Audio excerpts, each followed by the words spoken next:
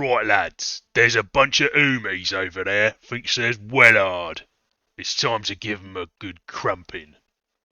Which is to say, you're going to see a bit of a war starting in these few turns. It's turn number 25. We're going to be doing some Dominions multiplayer in my ongoing game using various Warhammer nations. I'm playing as the Greenskins, specifically the Bone Nose tribe. So turn number 25, let's go. Before we get to the war stuff, let's just see what the turn brings us. So we've completed research in construction. We've completed research and alteration. So that's construction level 4, which gives us access to some water boosters, some useful nature items that we can put on a pretender, messenger boots, things like that. A variety of useful stuff in construction 4. I don't think there was something specifically I wanted to immediately get to other than storm spools to get corpse giants. Is that what they're called? No, what are they called? Corpse constructs. To get corpse constructs going. And we've got alteration level 2, and we're going up to alteration level 3. That gives us a few decent buffs, and moss body is going to be very useful for us. We've got a lot of people who can cast that. Corpse man construction. Yeah, they are corpse man. Yes, construct corpse man. So we've got the 2 boosters on Griblet. I think we're now moving one of the boosters off him in this turn, but we'll see that. We've got attacked by Nuln again. Nuln has now gone AI, so this is just a Call of the Winds cast, and they cast it on the stupidest possible province, which is the one full of knights. So that's an easy outcome. Sorted. We searched a magic site and we found nothing. Not a single one this turn, which is, I think, the first turn that's come up. But now we're kind of searching just in the paths that we hadn't previously searched in. We're not searching completely virgin territory for the most part. Proclamation from Bretonia, a new prophet. Knight of the Sacred Printer. And then we've got some unexpected events. Cathedral of Rock, an Orc Big Boss, has gained the title of War Boss. This is actually our prophet finally getting that War Boss promotion. So we get a bunch of troops there, which is great because, as I say, we're going to be going to war in a moment. We've got an unexpected event in Rame, 13 water gems. Very nice indeed. We like to see that. That's going to pay for quite a few things like water boosters and stuff like that. Bono's tribe itself, our capital, that's a bit unfortunate. Lost some Dominion, got some unrest. Never like to see those, but oh well. We're not getting that many bad events. We started off with loads of them, but we hadn't had any seriously bad events for ages. And we constructed Palisades in Rame, that is our throne up in the north. So, let's start off with the elephant in the room. We, of course, are attacking Slaanesh. So Slaanesh is being attacked. We're going for them in Forbidden Fields. Got a few things nearby. So Forbidden Fields is going to be attacked by some Kooni. Warboys. Warboys are going to make up the majority of our armies in this invasion, but they're going to be backed up by Goblin Archers, and we've got some Boar Boys and things in there as well, so that's a decent chunk of stuff. Not super strong, not looking to beat any armies with that, but it should be strong enough to defeat Province Defense, that's the main thing.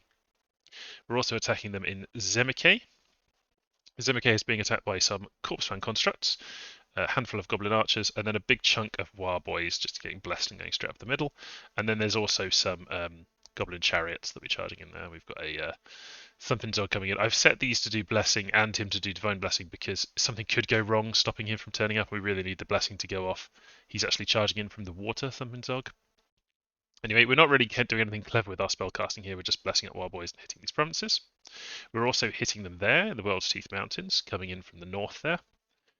We'll be hitting them there with a lot of Orc Boys and Big Uns. Now that's because we just had Liz Truss's Orc Markets just got promoted to a War Boss, so we got a bunch of stuff, including a lot of just Orc Boys and Orc Big Uns. But we've got some Orc Archers and Goblin Archers and things, and a bit of chaff as well in there.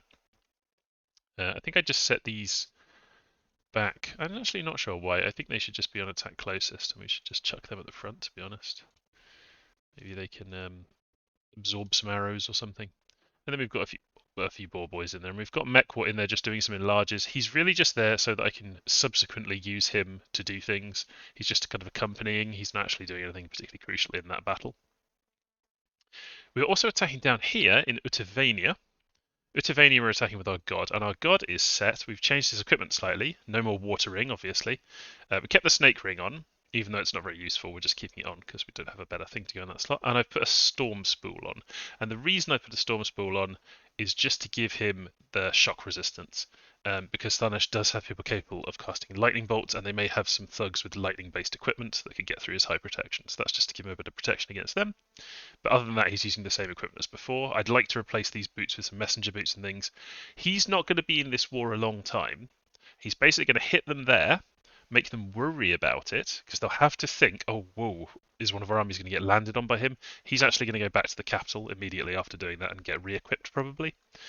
So I do want to be building some equipment for him, and we are forging Boots of the Messenger. That'll definitely go to him. I think a Vine Shield would probably be a better idea than what he's currently using. So I might have Durgut here. He can forge a lot of stuff. I might have him forging something useful. I don't need a Frostbrand because they've got cold protection on their sacred and things. I don't really want to be doing that. But the ability to repel might be nice. I'm not sure. I could give him some one-handed weapons like that, or I could replace his Eye Shield with a Vine Shield. Vine Shields are very good and just better than Eye Shields, to be honest, particularly against the Chaos stuff that seems to have fairly good morale, generally speaking. So I like the Vine Shield. Helmets-wise, I think like Ice Helmet wouldn't be terrible because they have got cold auras and things that I need to consider. So I could potentially do that, but the Horned Helmet is good for now. And a Ring of Regen would be strong on him for obvious reasons. In fact, maybe the Ring of Regen is more important than the Vine Shield.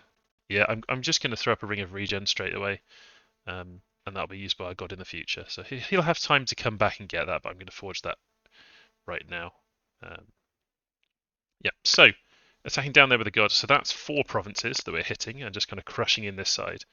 And we'll also have some troops in position up to attack here. But what I'm doing over here in Florian, and this may not work out and may be a bad idea, but I'm doing it anyway. Duffgrim and Redeye are cloud trapezing, so we're doing a magic phase attack onto Florian.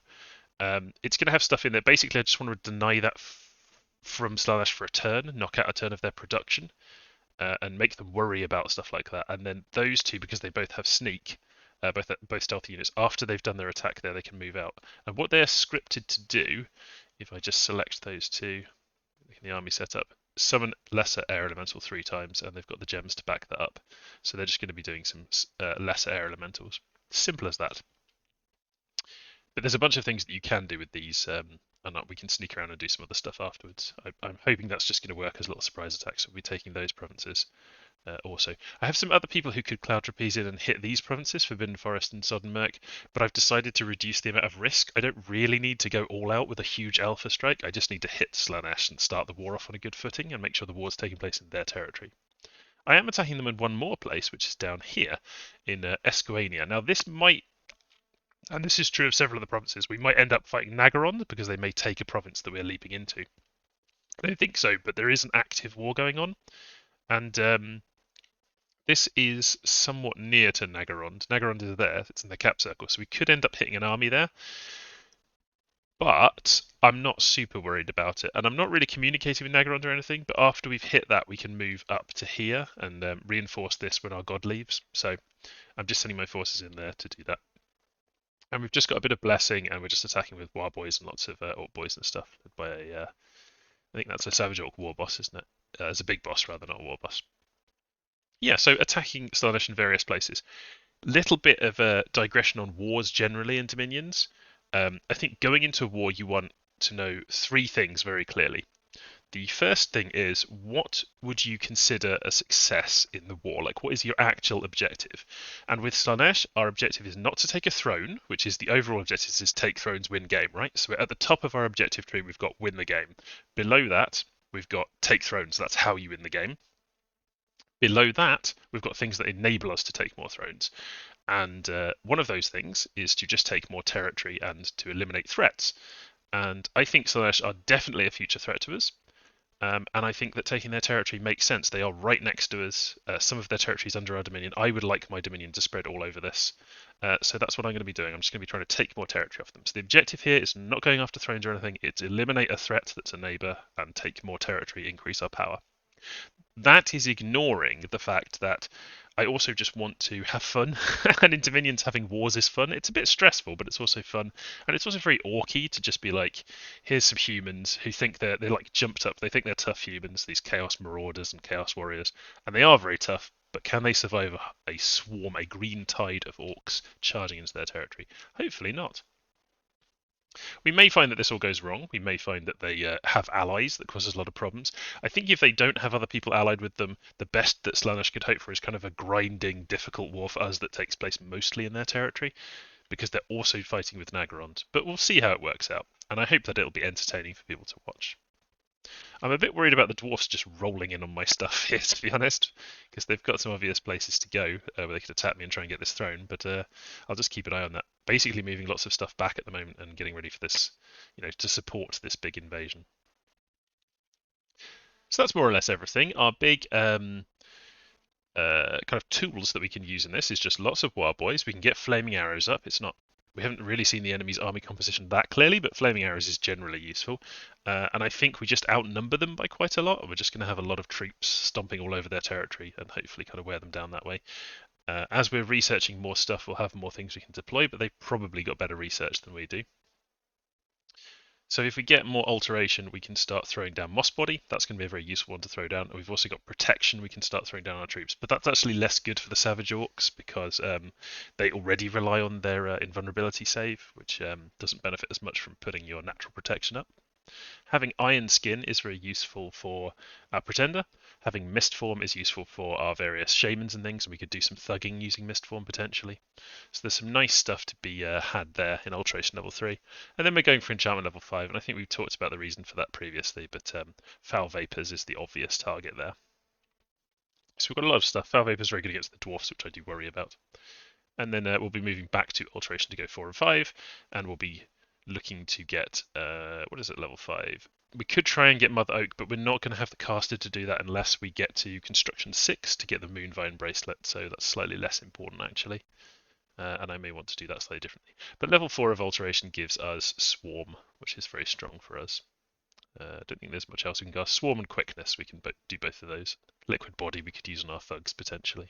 So a few different options. Let's take Alteration level 5 off the table for now and say that we'll go to 6 before we do Alteration level 5. And we may want to change this, obviously, we're looking quite far into the future. So that's the plan. We're going to have a war. It should be fun. Yeah, it should be good times. And I think I'm making as many troops as I can kind of all along this border. There's a slot there where we are not making any troops. Let's have another chief and some more Goblin Archers. Yeah, I think I'm going to be going for lots and lots of Forest Goblin Archers to just pelt them with arrows. They're just good bodies there for sieges and things, and the poison is sometimes effective. If you can just get a scratch through like heavy armor, then the fact that you've got that poison lets you do a bit more damage, so that's quite good against the elite troops that the Chaos factions have. Cool, I think that is everything for this turn, so tune in, or stay tuned rather, because it'll be in the same video, and we'll see how our initial bit of the invasion goes. So see you next turn. Hello again. It's not the next turn. I just realised that the really annoying thing of saying, oh, here's 3 really important things about starting a war, and then I only mentioned one of them, which was you want to be clear about what your objective is. So the next 2 things I would say about being in a war, and things we can apply to this war with Slaanesh, is the first thing is what questions are you going to pose to your opponent? And by questions, I really mean threats in the case of what we have here. So we do have the threat of our god charging around, so they're going to have to be thinking about that. We've got the threat of our basic armies, which are just, how are they going to deal with Warboys? That's the threat that we're posing. That's the question we're asking them. If they cannot deal with Warboys, they will simply lose all of their terrain and be destroyed. So that's the question we're posing, is basically how do you deal with Warboys? How do you deal with the fact that I can throw down air elementals and knock over bits of your territory with cloud trapeze and so on?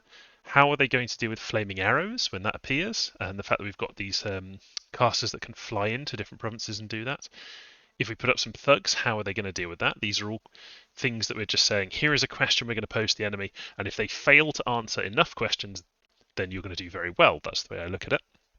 And then, of course, the third thing is the corollary of that, which is that you need to have answers. So you need to understand what the enemy is likely to have and then think in advance of the war, ideally, but certainly during the war, how do I answer their questions? How do I answer their threats?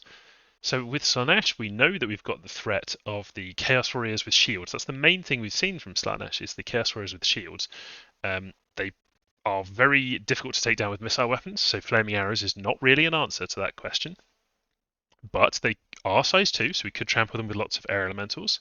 They are trampleable by our wolves. They don't have wolf chariots rather. They don't have any way of getting their reducing their fatigue at the moment. So we can just swarm them with things like goblins and orcs, and eventually they'll fatigue out if we have enough troops. We can beat them. It's not a very good answer, but it is an answer to them. So I think the ideal way with them is that we manage to catch them with a combination of tiring them, hard-hitting units, and trampling them. But also, there's not that many of them, so we don't necessarily. One of the ways that we can win this is just we ask more and better questions than the opponent does in the war, and we may not necessarily have to answer some of them. But certainly, if we're going to outright win the war and take over, we're going to have to answer the question of those Chaos Warriors. We're also going to have to answer the question of that Bless. That Bless is really strong, and he hasn't got that many sacred units that we have seen, but he definitely will have sacred units kicking around. And he could have Demon Prince, Chaos Lord, things like that are sacred. So he could have very strong thugs that have all of those elemental resistances. So how are we going to deal with those things that have elemental resistances? Well, I'm thinking it's going to be an answer involving thugs, basically, because our magic is largely elemental. We're not really going to be answering those with magic so much as items and hitting them very hard with armor-piercing weapons, things like that. Possibly trampling them if they're not very big, but I think Chaos Lords of Slaanesh are on these big steeds, and they've got plenty of big stuff that we won't be able to trample. So we're going to need to be able to hit hard. We're going to need to be able to buff our troops in order to answer that. Keep our troops alive while we tire them out, possibly, or hit them with counter thugs. There's a few different things that we need to consider in terms of what our answers are going to be to what Slaanesh has. We don't actually have the best intel about Slaanesh, what their army composition and so forth is, or how their war is going with the Dark Elves. So we're not going to focus too much on that. We're going to focus more on our objective, and we're going to develop what our threats, our questions that we're going to pose to Slaanesh will be. And those are the three things that I consider right at the start of a war and as it progresses. There's a lot of other things to consider, of course, like the diplomatic situation and so on. But fundamentally, I always think, what are your objective? What's your objective of the war, basically? What are you trying to get out of it? What threats are you able to pose to the opponent? And then how are you going to answer the things that you know they are going to be posing you, the threats they're going to be putting up against you? Okay, now really will be time for the next turn, so I will see you then. Hello, welcome back. It is turn number 26. Let's see how our attack on Slaanesh has gone. Well, let's do it in order. Research and Alteration is complete, so we have Alteration level 3. There's a few useful spells there. It's nice. Let's have a quick look. What did we just unlock? Moss Body, very nice. We'll be using that. Iron Skin. Mist Form is potentially useful if we do some thugs with some of our casters, so that's good. More Cotswan Construction. Our two mages successfully Cloud Trapezed, and then we see the result of their battle in Florian. So the plan here was Cloud Trapeze in these two mages. They've got 5 air gems each, and just shoot out some minor air elementals. The idea here was, so I'm hoping the air elementals will take out their commander, who is slower than the rest of their troops. Hopefully, sometimes they attack rear, sometimes not, but either way, our elementals should be pretty good here. Yes, they start attacking the commander straight away, trampling him. And that draws some of the troops back, but not these. Oh, that's a bit dangerous. But we've routed their only commander now. So their army is now routed. So that's the benefit of the air elementals. They tend to go in and attack stuff at the back. They're somewhat reliable at that, and then they're just attacking the promised defense there. So it cost us all of our air gems, and we're completely fatigued out, but our two mages did the job, so that promise is taken. The reason I wanted to do that was so that I could shut down their other fort, because they will then have, apart from their capital, which we'll see about in a moment, all their forts would be shut down. So it's just shutting down a fort and grabbing that territory temporarily, and I couldn't reach it for other means, so I just thought, that's part of my big alpha strike. Cloud Trapeze in, so nice little trick there. Found a magic site in the Storms. Submerged Catacombs, I believe that's just 1 death gem income, which is nice. Glade Woods, Lantern Fence, I think that's also another Death Gem income. Maybe Lantern Fins is fire? I can't remember. Anyway, it's a small amount of gem income. Some more searching, and we took control of Zemike. Our forces met no resistance. That was where we sent our god, so that's a bit of a shame. Obviously, Slaanesh wasn't intending to hold that one. They thought maybe that the Dark Elves would take it back from them, possibly. I'm not sure. Anyway, we took that. It would be nice if our god ran into more resistance there, but always good to just go and take a province. We get a battle in Esquania. So this is our attack. One of Slaanesh's provinces. I believe this is kind of in the middle of their border with me, but obviously there's nothing here to defend it, so my boys just go in and chop them up. These battles are nice for us because our bosses get more experience just through winning battles, so it's nice to have these kind of things and potentially get some promotions and stuff. Battle in Mammoth Grove, we are attacked by Nulns. This is Nuln's AI being annoying. Looks like it's hired some mercenaries, Lothar's archers. But we put enough province defense here that we should hold this. I don't know for certain, but I think we should. Yeah, see, their archers are just failing, and once the orcs and the heavy infantry get into melee with them, they're just going to get chopped up. So that's a straightforward one. Then we see a battle in Slaanesh. This is a battle on the capital, and this is actually really cool. The Dark Elves attacking their capital with their main stack, lots of Beastmaster stuff, a big old communion, and their god is there as well. They've also got this big load of Slaaneshi, Hellstrider Seekers. This is actually a really powerful force, this bit here. This main block is not so powerful, although they do have some stuff mixed in. They've got some Advocates of Pleasure and some Dark Elf Infantry. Anyway, the province defense of Slaanesh is not going to stand a chance here. They'll just be torn to shreds. So we can watch as the various beasts and slaves and more elite troops charge in and just annihilate them. It's funny to see Slaanesh conquered by rival Slaaneshi stuff from the Dark Elf cult. It's pretty cool. And we're seeing they're using a ton of mind burns. That's their main technique from their mages in the communion. Anyway, with Slaanesh taken over, that means I believe that Slaanesh doesn't actually have any active forts. So they do have some tax collector units who can go around and from individual provinces they can get income, but all the rest of their income should be completely cut off. So their economy has taken a very bad hit there. That turn's going to be very bad for them gold-wise. We see a battle in Troll Peaks. This is the dwarfs mopping up some more of the remnants of Nuln, controlled by the AI. But they do have a few mages here, including Schwarzhelm, the Bright Wizard Lord, and they've got a few Grand Masters who might be causing some trouble. Piotr Kron is pretty strong in melee. So maybe the dwarfs will lose some stuff here. Evocations are actually really good against dwarfs, but you want to be closer when you use them in this. See, a lot of them are missing. Because dwarfs are high expense units, lots per square, area effect evocations are actually quite good. So I'd expect the dwarfs to win this fairly easily, but they'll definitely lose some stuff to the evocations, just burning them up. And the Grand Masters seem to have killed a couple of Valkyries, I think. What did they end up losing? We always want to see our rivals lose things. Yeah, pretty bad losses. A couple of Ironbreakers, a Ruin Guard, 2 Valkyries, 17 crossbows. But obviously they've totally beaten Nuln at this point. Battle in Welsh Teeth Mountains. This is us attacking Slaanesh. I think this is the forted province. Yes, that contains the Garnet Sorceresses. So actually really important for us to get hold of that. This is a really cool province that we wanted. We always wanted this. These are just blood hunters. So they're blood hunting and they've got a tiny bit of province defense with them and a few bits and pieces. But no real patrol or anything, so they're going to get destroyed. But I guess we're going to see some imps get cast here, which could be trouble for us.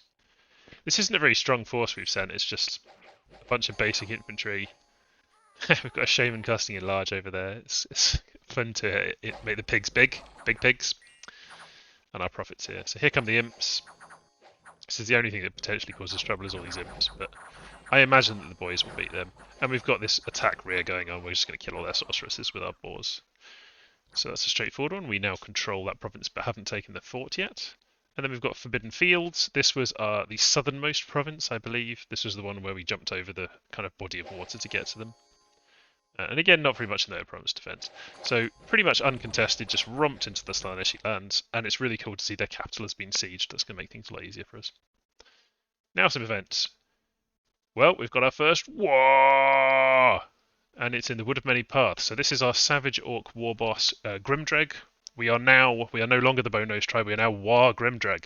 Wah! It's kind of a plaintive war, not a very good one.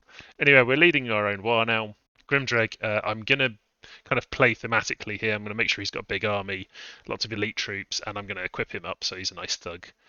He's not actually like an incredible thug because he doesn't have magic parts, but he is, I believe, sacred and has good stats. So we'll have a look at him in a moment. And when he gets promoted on the war, you obviously get a lot of troops. So I just got a lot of free troops there, which is cool. And I will show you some of those. Inikia, Knights of the Order, getting rid of the unrest, lovely. Honoria, Boots of Water Walking, very cool. And 645 gold, always very nice. So these events have been fantastic for us recently. World's Teeth Mountains, a bad event, unrest, lots of population die, lots of people leave. The World's Teeth Mountains seem to be extremely messed up, the one we're taking. They're not really a suitable blood hunting province, but I do want to take that fort there nonetheless. It might make sieging difficult with all the people dying. And then we've got an unexpected event in Zemeke, so maybe this is the people who left the World's Teeth and they've settled in Zemeke, some of them. So we are sieging down the fort in the Forbidden Fields. Need more time.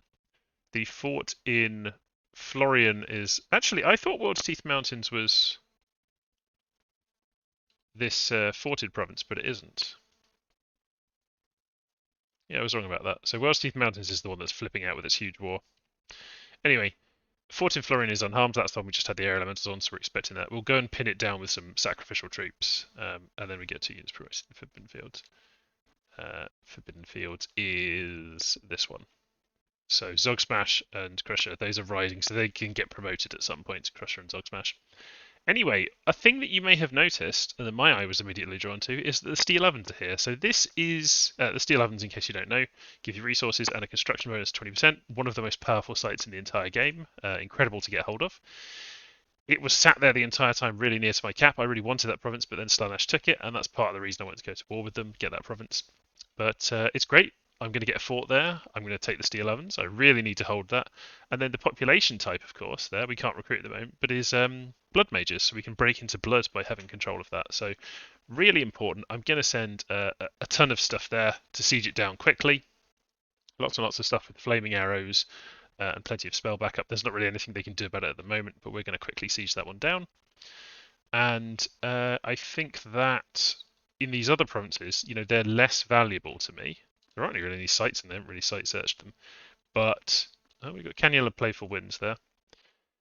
I basically am intending now, so I'm going to talk to the Dark Elves. I intend to continue to hold all of these provinces. I don't see why I should relinquish any of them. You can see that a weird thing has happened in the War of the Dark Elves and Slaanesh. Up here, the Dark Elves have taken their force. They've kind of rampaged up, beating everything along the way, and they have taken Slaanesh's capital, but they haven't sieged it.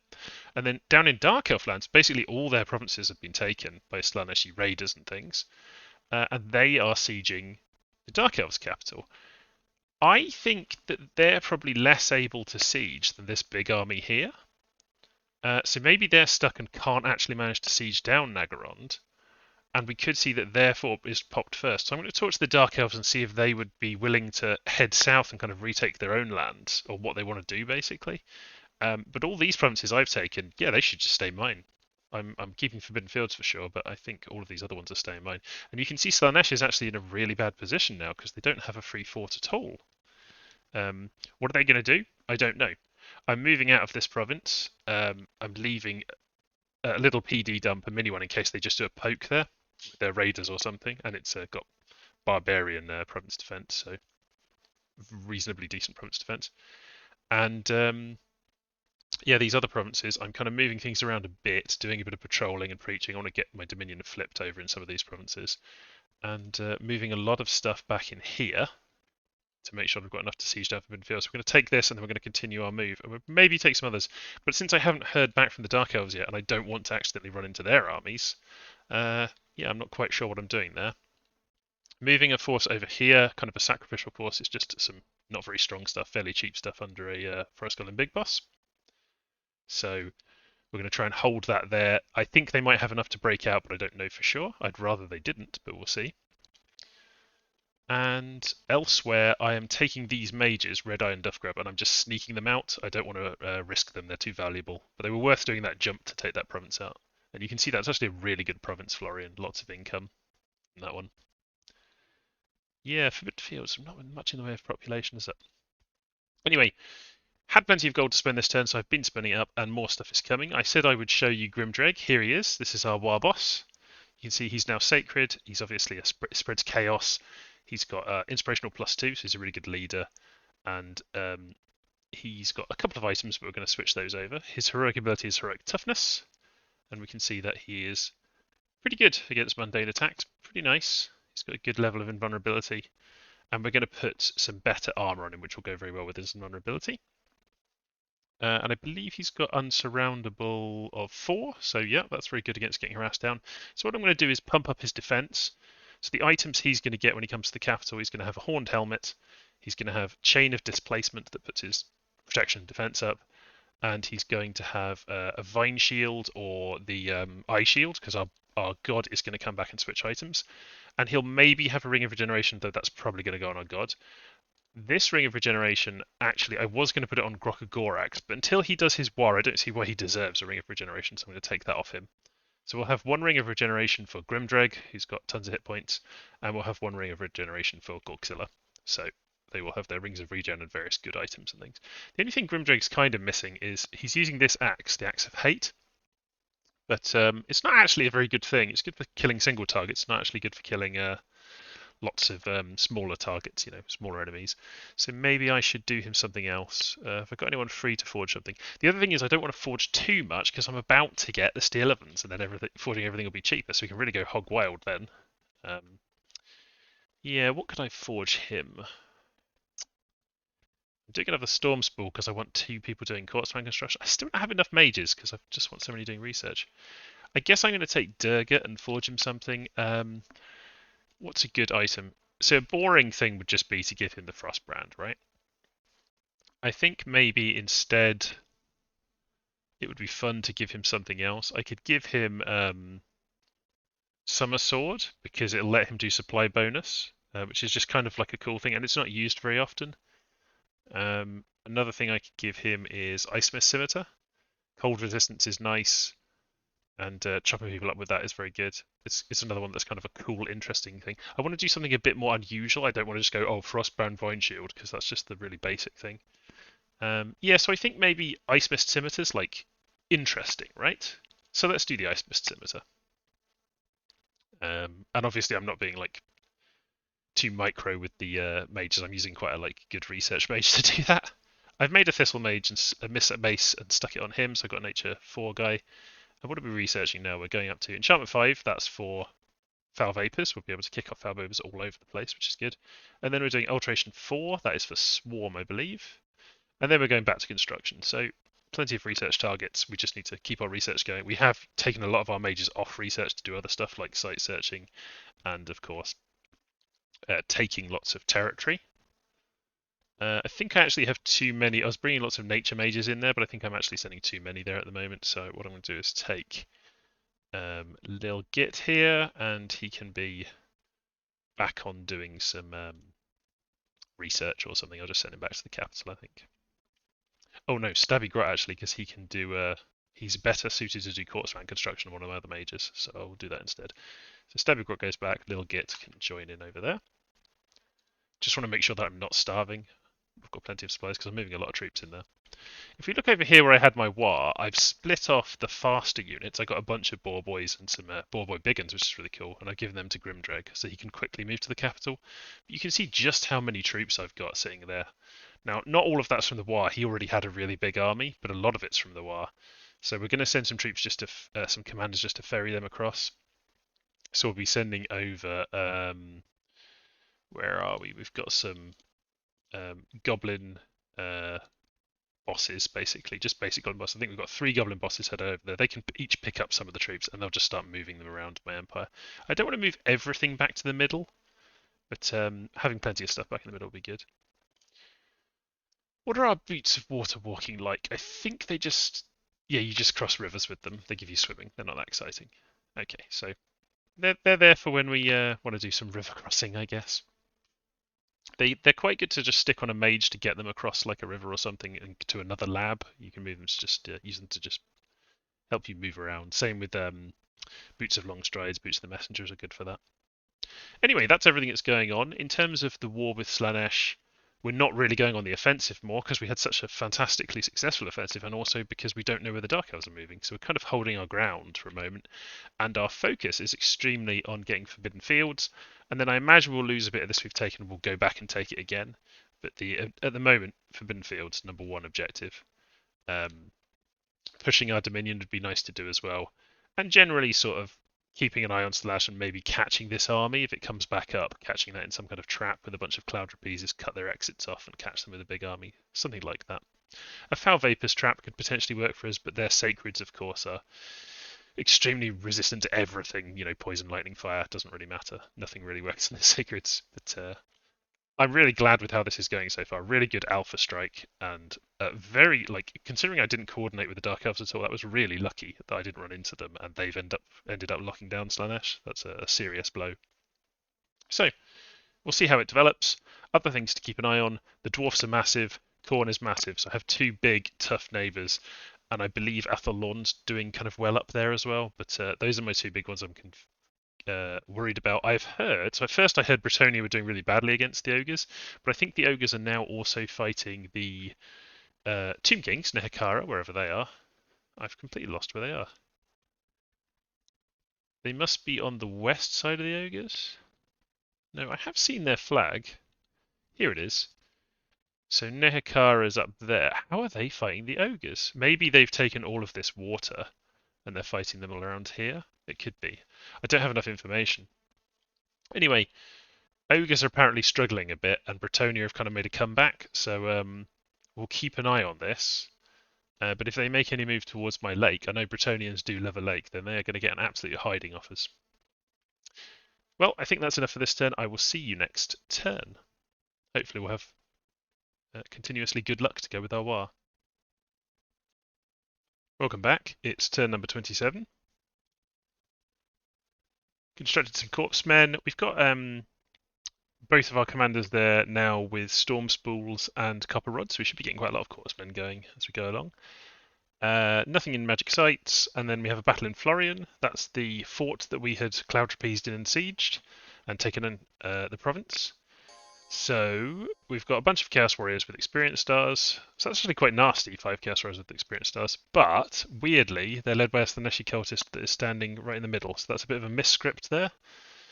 And then we've got a boss with some Spider Rider bodyguards, some Orcs and Goblins, and then just a handful of archers as well. Unfortunately, my archers aren't shooting the cultists. This may actually be close. So we're pelting them with arrows, but they're very resistant to that. The good thing about poison arrows is if we do manage to scratch them through all their protection, the poison will be good against them. And our infantry go in. Oh, did we get a scratch there? Yeah, there we go. You see? Just nipped through the armour and got a bit of poison in. So they should win against our infantry, but we may kill a couple of them.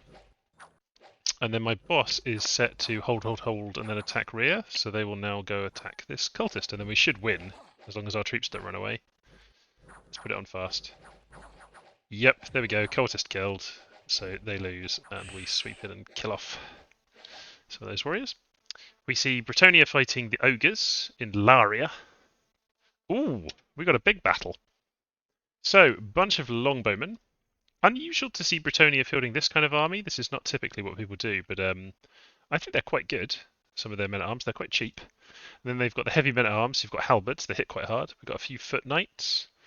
We've got a couple of dukes, Chilfroy and Adelhard. So a nice couple of generals there. And then there's a mage backing them up, a Grail Prophetess, so an upper tier mage with gems. And then we've got some questing knights, Knights of the Realm, and some Knights Errant on the flank. And the ogres have not very much at all. All sacreds, I think. So we've got a couple of man-eaters, they're like elite troops, a couple of butchers, a tyrant, Man-Chomper the ogre tyrant, and then a bunch of their sacreds, which are very expensive, the pit fighters, and then some of their more tribe, which are their summonable sacreds. They get a lot more of them, but they're much less good than the pit fighters. My money is on the Bretonians here, but it does depend a lot on how their cavalry perform, because these longbowmen are not particularly good against the pit fighters. depending on what their bless is. Yeah, they've got the regen bless. It's very typical. So they've got blood bond, invulnerability, and regeneration. So they're very, very high protection, and they spread. If you look at their protection against mundane, very high. They spread the damage out and then regenerate. So they rely on their high hit points. And then we've got Bull Gorget, which is like Strength of Giants, and some blessings going off. So the knight should kill a couple here on the charge, I think. Another Bull Gorge has gone off. And you can see the distribution of damage there. Helps that regen keep going. They're really hard to kill because of that. But a couple of them have died, I believe. And then these Moor tribe are going to get chopped to pieces by the halberds. They can't take on that many halberds. And the longbows are shooting them up. So this is looking good for Bretonnia, except their knights have failed here. Now the problem is, having done all the damage, if you don't kill the pit fighters, they just keep regenerating because of that regen bless. In goes the Duke. The Dukes are actually pretty powerful combatants, but I don't know that they're going to be able to take on these Sacreds without support. This Duke's definitely in trouble. Ooh, badly hurt, but he's still going. And in come lots of Phantasmal Warriors summoned up. Not a bad idea, actually. The Tyrant's now involved in the fight, and they're also very good single combatants. But they're not sacred. Does make a big difference. Longbow's pelting away. Both the Dukes are still up, and they're still hitting very nicely, but they're just really struggling to kill these pit fighters. It's such a challenge. I think one just got killed there. Another one just got killed by this Duke. The Dukes are really proving their worth here, aren't they? Just smashing these. The Tyrant, if he gets a shot at the Duke, will probably kill him, I think. Yeah, so that was the Tyrant hitting him, I believe. Yep, one Duke down, one left. And some pit fighters have reached the archers, that's big trouble. Ooh, a Heavenly Fire kills off one of them. What are we looking at? This Duke, Chillfray, is in serious trouble. I can't imagine he's going to win that. Heavenly Fire hits this Tyrant, this pit fighter. Arrows are pelting him. Oh, he's so nearly dead. He's dead. Another pit fighter dead. The Duke is now dead. Didn't manage to retreat. And I think we're going to see a rout now. The archers have run out of arrows, but they can just swarm over this pit fighter. And as long as they can get through the protection, they can kill him. They do not have the best weapon, though. Club is not good for getting through protection at all. Yeah, I think that they're probably going to lose. I think the ogres have won because they're berserk, keeping them on the field. Their commanders have left, I believe. Oh no, they've still got two commanders up. If Bretonnia had just had slightly more troops here, they probably would have won. Anyway, their mage escapes, so interesting to see that fight. Interesting dynamic in that fight. Cool to see these various different troops. Then we've got dwarfs attacking Nuln and finishing them off in Falgoth. Big dwarf army, very scary, we've seen it before. Not very much left for Nuln. Maybe they'll do some evocations and kill something. Let's just check if they killed anything. They killed a Thunderer. Oh, that's quite good. Well done, Nuln. Now, events. Nisia, the Order Knights have got rid of the unrest again. Baptizer. We've got a Thunder Whip. Underwater Thunder Whip. Very cool. Sounds like a metal band, Underwater Thunder Whip. Gained a lab, got Astral Pearls, Death Rims, and Blood Slaves. Not super keen on getting all these labs underwater, but that's fine. Gladewood, we get another lab and some Nature Gems. Good lord. How many free labs have we gotten in this game? They're never on my forts, though, which is interesting. They're always just dotted around. Okay, that's fine. If we ever need to move around and teleport and stuff, that's interesting. It could actually be a bit of a double-edged sword. The enemy could be using all these labs against us if they invade us.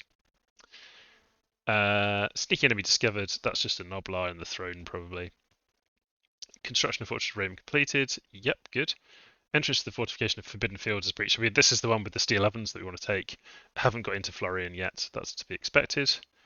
And we got a Goblin, Big Boss promoted in Florian. So he's ready. He's now rising. He's ready to get the event, turning him into a War Boss, which would be nice. Get a Forest Goblin War Boss. That'd be very cool. And the God of Nuln is gone now, so Nuln is out of here. So what are we up to this turn? Well, not very much, to be honest. Mostly just repositioning, doing a bit of site searching, and getting research going. Forging an Owl Quill.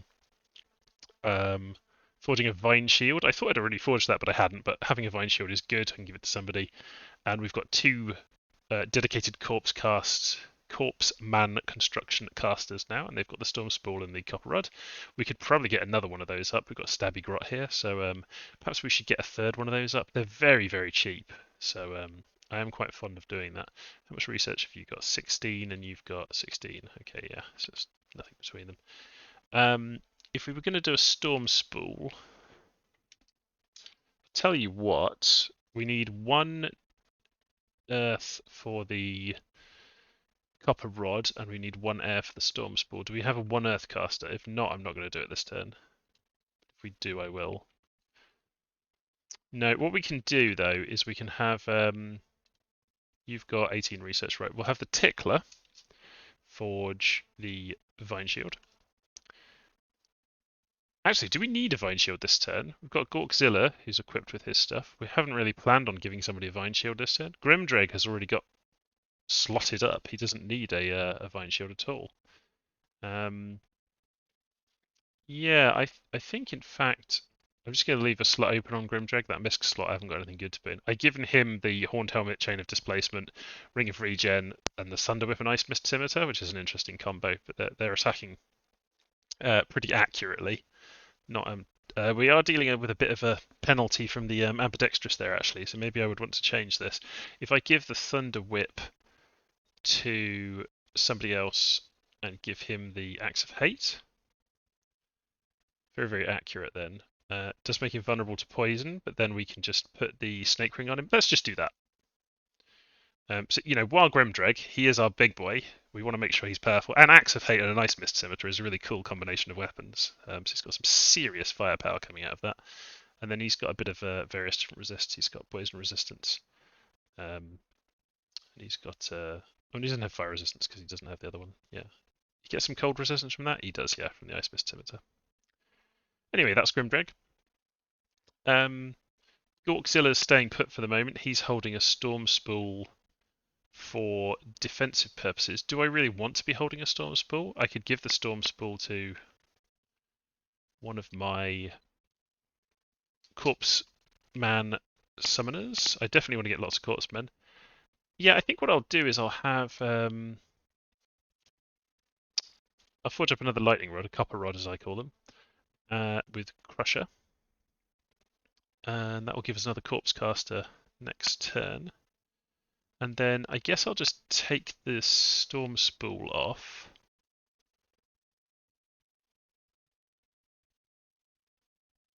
And doesn't really matter what our god's holding. He's just not going to hold anything for this turn. He's not going and doing anything this turn. I'm a bit concerned that Khorne might be about to attack us because we've got a big build up here. They did just go and take this province, but still that's a big build up. They could just start attacking us underwater. We've also got a bit of a build up here. If I see a bigger build up happening, I'm definitely going to assume that they're attacking me, and I may preemptively attack them. I don't know. I certainly would move stuff to the borders to get ready for it. I'm moving a fairly large force down here, and that'll be near enough to Khorne. They can go over there and do stuff. Basically, I haven't been able to communicate with the Dark Elves. They're just not really responding to me. I don't really know where they're going to go, but I assume they're going to sit here and take this. My territory that I have taken off Slaanesh, I'm going to keep. I'm going to keep this fort, and I'm going to keep these provinces I've taken. I'm going to try and defend this, and I guess we'll see if the siege here is broken or anything. We'll see how big that army is. I imagine they'll just stay there until they've cracked Nagaron and got inside. But if they do decide to come up, I will have some forces there and give them a fight at least. But otherwise, I want to just patrol that down because of the unrest. Yeah, and I'm just kind of repositioning my forces and building up. There's nothing massively interesting going on this turn, really. Just want to see some fights. And my plan regarding Slaanesh, I was planning on it being this big war and conquering more stuff, but honestly, I don't know where the Dark Elves are going. I don't really want to have a war with the Dark Elves right now, and it looks like they're kind of just in this situation where they've swapped capitals completely. So if the Dark Elves just take this, and I leave these provinces alone, don't get into war with them, I could take these, I guess. That would probably be safe to attack. That one, I don't think they're going to move in there. Should we go with that? What do we think? What do we have nearby? A ton of Warboys that are very good at taking on province defense. Let's do that. Let's attack that province. That's interesting at least. So let's do it. So we'll put some blessers at the front. Oh, we've got a divine blesser in the form of Thumpenzog. I think I would rather have some people preaching here. So who can I take into this province?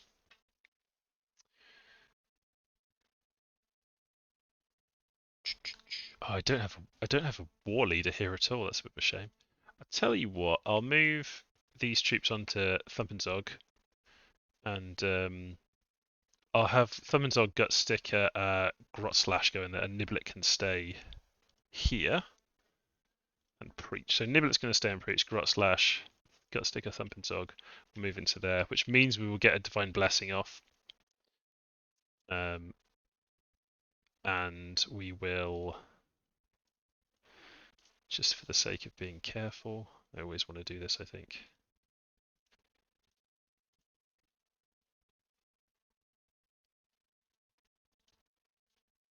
Pretty much just always want to make sure that they're guarded. And then this force of Wild Boys will just go and blow a hole in whatever's defending that province. I think I'm not too worried about that. We've got a few corpse constructs and things as well, and some chariots. Cool. So we'll hit that province. Oh, Grot Slash can now cast something else instead of all these blessings. Let's cast. We've got Enlarge. That's usually not bad. Moss Body is the one to go for now, though. Moss Body is a very strong spell, so we'll put you at the front, and you can cast Moss Body on some of these orcs. Right. So we'll hit that province. I guess we'll probably end up hitting this, but I don't know if any enemy troops are going to move into it. What have we got there? You know what? I was going to be a bit more passive this turn, but instead I think I'll just go on the offensive. I think it makes sense to. Throw some blessings down. Bog Drinkers on the flank. Go and take that. Do I have anyone that can help them? No, but I've got lots of troops moving in. Have either of these got many archers? No. So he's going to go and do flaming arrows down there where there's more archers. That makes sense. Have I got anyone else that can come and help in these provinces? Not really. I could Cloud Trapeze, but I don't really want to do that. That's not a good trick at the moment. These guys are just going to storm this castle. The setup I've got for storming it is just tons of armoured and shielded orcs at the front, lots of archers with flaming arrows going to go off, and then a second wave of tons and tons of wild boys.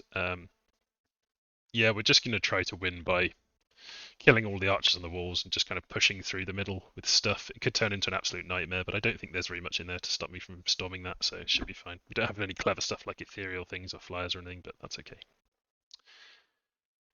Okay, I think that's everything, and that's going to be everything for this video. I don't want it to be too long, it's already a bit over long. So thanks for watching, I hope you're enjoying this. Wish me luck in my wars with Slaanesh, and I'm sure many more wars to come. And I hope you keep watching, so I will see you next video. Bye for now.